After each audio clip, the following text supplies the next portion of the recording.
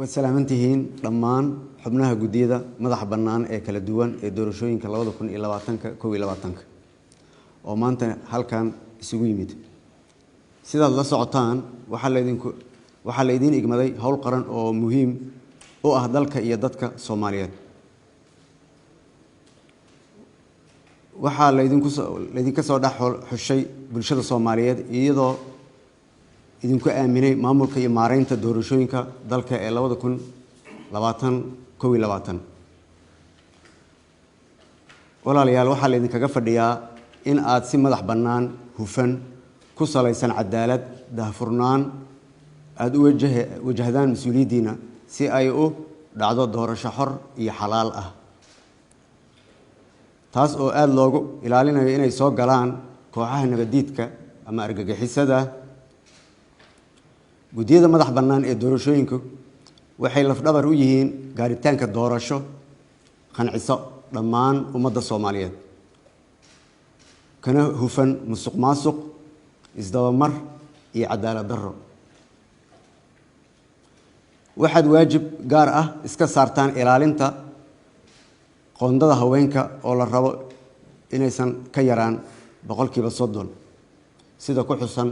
heshiiskii doorashooyinka shaqada gudiyada madax bannaan ee doorashooyinka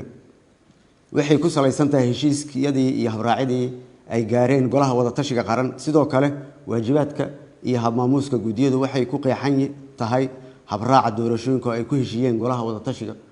qaranka haddaba waxa la idinkaga fadhiyaa in aad ka howlgashaan diyaarinta qorshe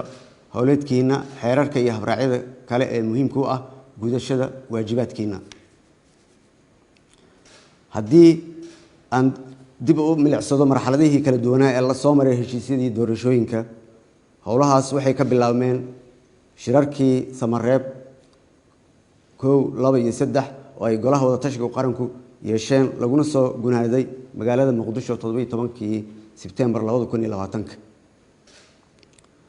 waxa xigay in ay si wadajir ah ay ku ansixiyeen heshiisyadaasi labada aqal ee baarlamaanka federaalka Soomaaliya 26kii Sebtembar 2020 heshiiska doorashooyinka waxa lagu qeexay qaab doorashooyinka ergooyinka deegaan doorashada qoondada dumarka in ay doorashadu ku dhacaan waqtigoodii sidoo kale golaha wada tashiga qaranku waxay 1 Oktoobar 2020 soo saareen heshiiska hanaan doorashooyinka kaasoo faahfaahin dheeraad ah ka bixiyay jadwalka doorashooyinka deegaan doorashooyinka asteynta kuraasta golaha shacabka iyo hanaan u gaar ah doorashooyinka Somaliland waxa xusid mudan in ay tirada ergooyinka iyo deegaan doorashooyinka ka horumarsan yihiin markii loo barbar dhigo doorashooyinkii 2016 taasoo gobol xaar u ah in 2025 dalka ka dhacdo doorasho qof iyo cod ah haddii Ilaahay raali ka noqdo inkastoo heshiiska madaxda qaranku uu ku salaysan yahay doorasho dadban haddana howlo badan ayaa laga qabtay sidii lagu gaari lahaa doorasho qof iyo cod ah oo nasiib darro aan suurtagelin waqtigan diyaarinta doorasho qof iyo cod ahi waa hawl baaxad weyn sida la socotaan oo loo baahan yahay in ay si wadajir ah loogu howlgalo taasoo qayb ka ah heshiiska hanaanka doorashooyinka haddaba si loo hubiyo in la qabto doorasho qof iyo cod ah sanadka 2025 waa inay xukuumadda baarlamaanka gudiga madax bannaan ee doorashooyinka xisbiyada siyaasadda bulshada rayidka si buuxda uga wada shaqeeyaan meel marinta geedi socodka doorashooyinka 2025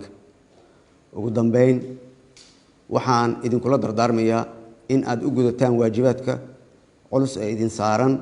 si xilkasnimo iyo madax bannaani ku salaysan kana fog wax allaale wixii keeni kara tuhun iyo aaminad darro xukuumaddu waxay mar walba diyaar idin la tahay wax kasta oo idin fududeyn kara howlihiina waxaana Ilaahay idin kaga rajeynayaa inuu idin la garab galo waajibaadkiina wabillahi tawfiiq